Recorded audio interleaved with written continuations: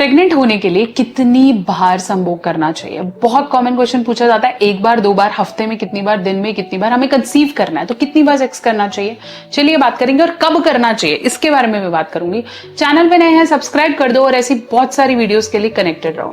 तो चलिए हम बात कर रहे थे कि प्रेग्नेंट होने के लिए कितनी बार सेक्स करना चाहिए और कब कब करना चाहिए। देखिए, अगर आप कंसीव करना चाह रहे हैं, है ना, आज से कंसीव करना चाह रहे हैं, मान लो आज महीने का पहला दिन है, तो सबसे पहले ये देखो कि आपकी वाइफ का पीरियड्स डेज क्या है।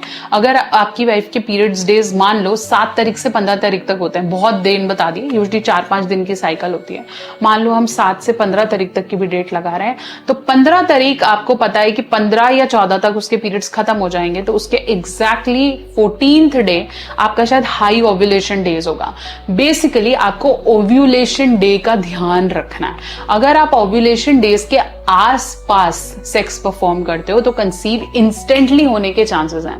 अगर आप बिल्कुल पीरियड्स डेज से पहले कर रहे हो या बिल्कुल पीरियड्स खत्म होने के बाद कर रहे हो तो ऐसे में कंसीव होने के चांसेस बहुत कम होते हैं, इसलिए हम इसको सेफ पीरियड भी कहते हैं। पीरियड से जस्ट पहले और पीरियड्स के जब बाद बहुत सेफ डेज होते हैं, ऐसे में आप बिना कॉन्डम के भी करते हो तो चांसेस बिल्कुल ना के बराबर होते हैं कि कंसीव हो जाता है। इसलिए अगर आप हाई डेज की बात कर रहे हो तो मैं बात करूंगी ओव्यूलेशन डे के आसपास, मतलब 14th day of your periods. 14th day में अगर मैं बात करूं तो 13, 12, 15 ये वो पीक डेज हैं जब आपके फर्टिलिटी रेट्स हाई होता है, क्योंकि इन दिनों आप फीमेल की बॉडी में से अंडा रिलीज होता है, मतलब ओवम्स, और ओवम जब स्पर्म के साथ कंटिन्यूएशन में काम करते हैं तो आपका बेबी फटाफट से फर्टिलाइज हो जाता है। ये प्रॉब्लम उन फीमेल्स में आती है जिनके पीरियड्स बहुत रेगुलर नहीं है, पीसीओएस के प्रॉब्लम है, शायद नहीं आता, तो ऐसे में कंसीव होने की प्रोबेबिलिटी कम हो जाती है।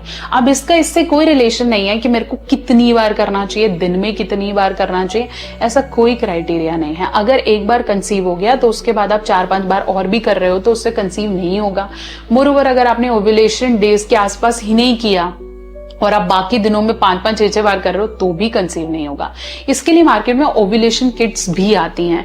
ओव्यूलेशन किट्स में आपको एक टेंटेटिव डेज, जैसे आपको पता है कि पीरियड्स मेरे 15 को खत्म हो रहे हैं तो मैं 28, 29 को अपना सुबह मॉर्निंग का यूरिन उसमें डाल दूंगी। तो जैसे ही डालूंगी तो मुझे पता चल जाएगा कि आज मेरा फर्टिलिटी रेट कितना हाई है। उसके अंदर पैरामीटर होता है कि इससे ज्यादा ग्रीन, ब्लू, पर्पल, तो वो आपको पता चल जाता है कि हाँ उन दिनों मेरा हाई है और उस समय आप ट्राई कर सकते हो कंसीव करना। मोरोवर आप कैलेंडर मेथड के हिसाब से, मतलब दिमाग में डेज कैलकुलेट करके भी कर सकते हो। उन दिनों पे किया हुआ कंसेप्शन 2-3 बार, दिन में 2 बार, 3 बार करा हुआ या एक बार भी किया हुआ कंसेप्शन मैक्सिमम चांसेस देता है कि आप डेफिनेटली आप कंसीव कर पाते हो।